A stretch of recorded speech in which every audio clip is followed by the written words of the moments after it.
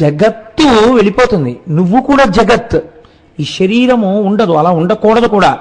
జర్జరీభూతం అయిపోతుంది కాలగతిలో. అయిపోయిన తర్వాత చాలా ఇబ్బంది పడిపోతావు. అప్పుడు ఆ శరీరంలో ఇంకా నువ్వు ఉండలేవు. ఎప్పుడు విడుదల పొందుతావా, ఎప్పుడు విడుదల పొందుతావా అని బాధపడతావు. కాబట్టి అలా అడగకూడదు. నువ్వు ఈ శరీరంతో ఉంటానంటావేంటే? అలా ఎవరికి ఇవ్వరు.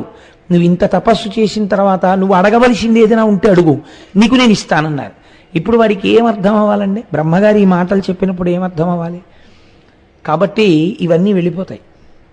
వెళ్ళిపోని వస్తువు ఏదో ఉందంటున్నావు కదా, అది తెలుసుకునే అదృష్టం నాకు అనాలి.